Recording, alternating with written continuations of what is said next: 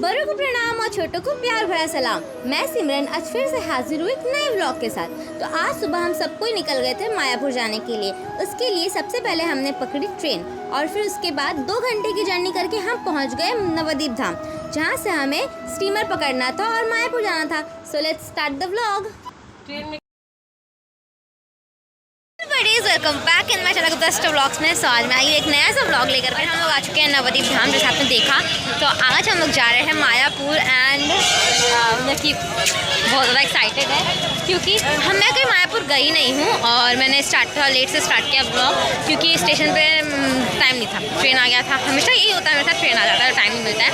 तो अभी चलेंगे यहाँ से लंच घाट की तरफ। वहाँ से हम एक लंच यानी कि लंच को बेसिकली नौका कहा जाता है, नौका पकड़ेंगे और वहाँ से जाएंगे मायापुर। स्टे ट्यून, बहुत कुछ देखना मिलेगा। अब हम चलते हैं लंच के लिए, कहीं ऑटो या कुछ भी व्हीलर पकड़े जिससे हम जा पाएंगे। ये रही मम्मी।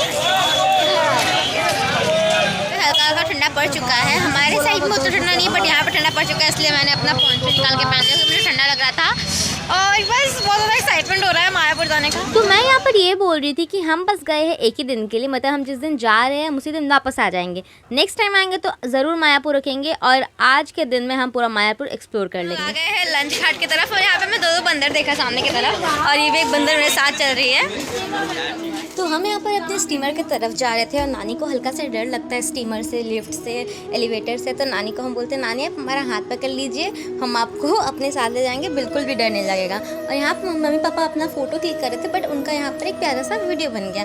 फिर हम जब स्टीमर में चढ़े तो हमें दूर से ही अपना डेस्टिनेशन यानी मायापुर मंदिर दिख रहा था।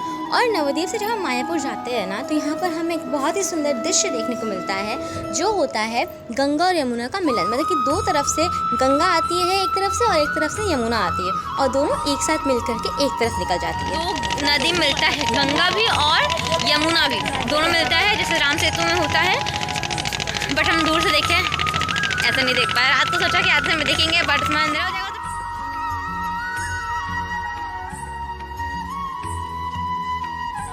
पीछे वाला सीट में बैठा, कि टोटो में ऐसा पीछे वाला भी होता है, मेरे को नहीं पता था, मैं पहली बार बैठी हूँ और वो पीछे आप मुँह बनाते हुए क्योंकि वो नहीं बैठ पाई। फाइनली मायापुर आ गए।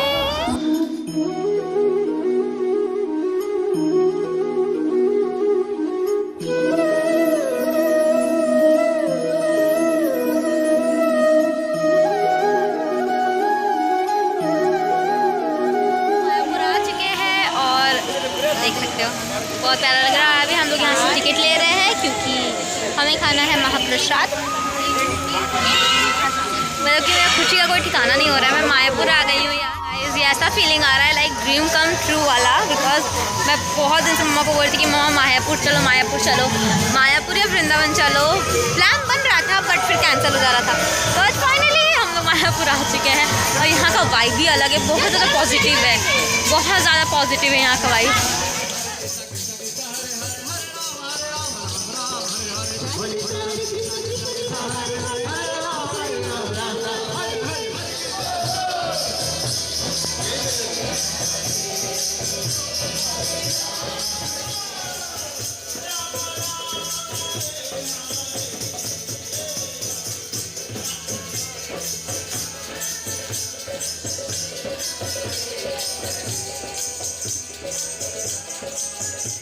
मैं यहाँ पर नीचे सबका डांस देख रही, सबको मेरे को छोड़ के भाग गया यार। एटलीस्ट मेरे को तो लेकर जाओ, मेरे को क्यों छोड़ दिया आप लोग। अंदर फ़ोन ले जाना अलाउ नहीं है तो शायद मैं आपको नहीं दिखा पाऊँगी, बट बाहर जितना भी मस्ती है, जितना भी इंजॉयमेंट है ना, मैं सब कुछ आपको दिखाऊँगी। तो हम लोग गए थे मंदिर के अंदर और मंदिर के अंदर हमें फ़ोन अलाउ नहीं था। हमारा बाल खुला नहीं होना चाहिए और लाइक स्लीवलेस कुछ टॉप नहीं रहना चाहिए, बट मैं तो स्लीवलेस पहन गई थी। मैंने मम्मा का दुपट्टा डाल लिया था और अंदर जाके बहुत अच्छा लगा। फ़ोन ले जाना अलाउ नहीं था इसलिए मैं नहीं ले गई थी, वरना अंदर जाके बहुत ज़्यादा अच्छा लगा, मतलब सुकून मिलना जिसे कहते हैं ना वैसा, और बहुत अच्छा लगा अंदर जा कर के। अब हम जाएंगे प्रसाद खाने, तो चलते हैं। तो पूरा मायापुर मंदिर घूमने के बाद हम चले गए थे गीता भवन, जहाँ हमें मिलने वाला था हमारा भोग, और जो कि बहुत ही टेस्टी था। स्टाइल होता है ना वो थोड़ा सा अलग होता है, थोड़ा सा हटके होता है। सो मैंने सुना बहुत है, कभी देखा नहीं है क्योंकि कभी आई ही नहीं हूँ। सो चलते देखते तो पहले हमने कूपन लिया था, उसके बाद हम चले गए थे गीता भवन के अंदर अपना प्रसाद ग्रहण करने। और जब भी आप मायापुर मंदिर आओ ना तो कहीं बाहर से कुछ मत खाना होगा तो आप यहाँ से ही खाना, क्योंकि यहाँ जो आपको भोग मिलेगा ना वो आपको और कहीं भी नहीं मिलेगा। जो हैंडीकैप थे उनके लिए एक अलग से चेयर एंड टेबल और बाकी सब जमीन में बैठ के खा रहे थे। अराउंड 100+ पीपल्स यहाँ पे प्रसाद खा रहे थे। बैठते हैं खाने और पापा अपना उस साइड पे है जहाँ पे बैठने खिलाया जाएगा। यहाँ पर कृष बैठी हुई, यहाँ पर जिया बैठी हुई है और बस जल्दी खाना आ जाए। तो पहले हमारे पास आया एक पत्ता और उसके ऊपर आया हमारा पानी। देख रहे हो पानी देने का स्टाइल ही इतना यूनिक है, तो खाना देने का स्टाइल कितना यूनिक होगा। उसके बाद ऐसे करके वो सबको पानी दिए। उसके बाद वो हमारे पास लाए बेगुनी, जो कि हमारे बंगाल में बहुत ही फेमस है। उसके बाद आया हमारा चावल, जिसे हम भात भी कहते हैं बंगाल में। उसके बाद आया हमारा पटल का सब्जी, और ये सब्जी इतना ज़्यादा टेस्टी था ना, मैं क्या ही बताऊँ। मतलब मैं अभी वॉइस ओवर दे रही हूँ ना तभी मेरे मुंह में पानी आ रहा है। उसके बाद आया हमारा दाल, और फिर हमने जैसे ही कंप्लीट किया वैसे ही तुरंत आ गया हमारा फिर से चावल। और चावल लेने के बाद मैंने थोड़ा सा चावल एक्स्ट्रा और लिया था। हमारा आया दूसरा सब्जी बैगन का, जो कि बहुत ज़्यादा टेस्टी था। मैं क्या ही बताऊँ, यहाँ का हर एक खाना इतना ज़्यादा टेस्टी था ना। वो कहते हैं ना कि भोग में अलग ही एक टेस्ट होता है जो किसी और खाने में नहीं होता है। उसके बाद वापस से सारे सब्जियों को वो रिपीट कर रहे थे। दाल आया, फिर वो हमें रोटी दे कर गए। मैंने रोटी भी लिया, मैंने कुछ नहीं छोड़ा, मैंने सब खाया और सब बहुत ज़्यादा टेस्टी था। और ऐसे ही करके वो मैक्स टू मैक्स 100+ पीपल्स को खाना खिला रहे थे। और एक दिन में कम से कम 20 से 25 राउंड वहाँ होता है, तो आप सोच लो कितने लोग आते होंगे। फिर लास्ट में आया खीर, और ये खाने के बाद हम बाहर निकल के अमरूद खाए, क्योंकि कृषु को खाना था, उसे ये बहुत पसंद है। और यहाँ का अमरूद चाट इतना यम्मी था ना, इतना मसालेदार था, मैंने कि वो इतना सारा मसाला ऐड करे थे ना कि मैं क्या ही बताऊँ। ये खाने के बाद हम चले गए कुछ साइट्स एक्सप्लोर करने, क्योंकि हमारे पास सिर्फ एक ही दिन का टाइम था और हमें पूरा मायापुर एक्सप्लोर करना था।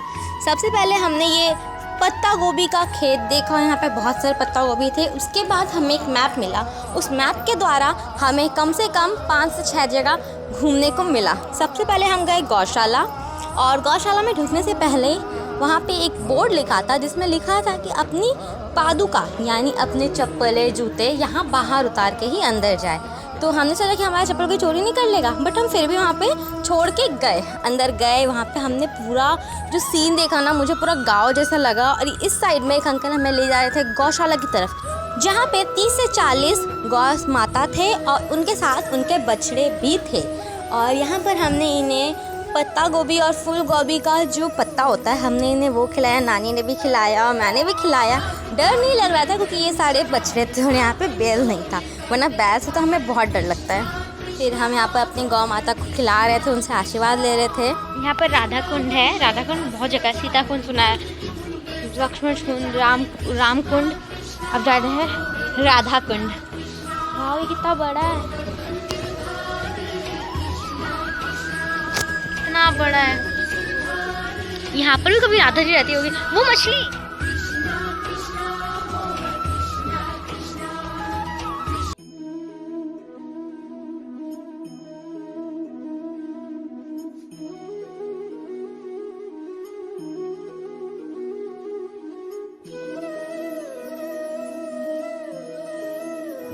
तो मायापुर में बहुत सारा समाधि है और हम यहाँ पर गए थे, और जब हमने इसे देखा तो ये बहुत बड़ा समाधि का स्थान था।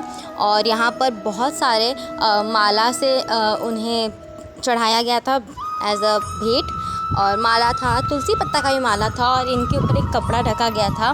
फिर हमने इनका 7 बार राउंड किया। राउंड करने के बाद हमने वो भजन गाया जो होता है, श्री कृष्ण गोविंद हरे मुरारी।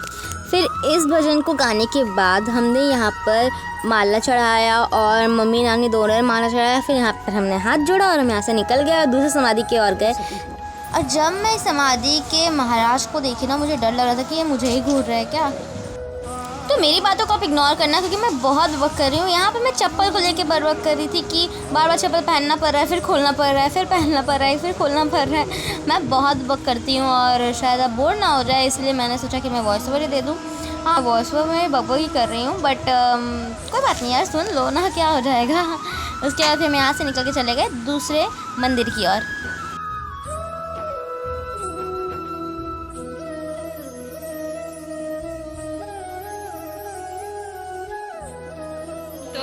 रहा था इसलिए मैंने अपना स्वेटर पहन लिया। हमने नहीं, मैंने पहना वक्सन सालों।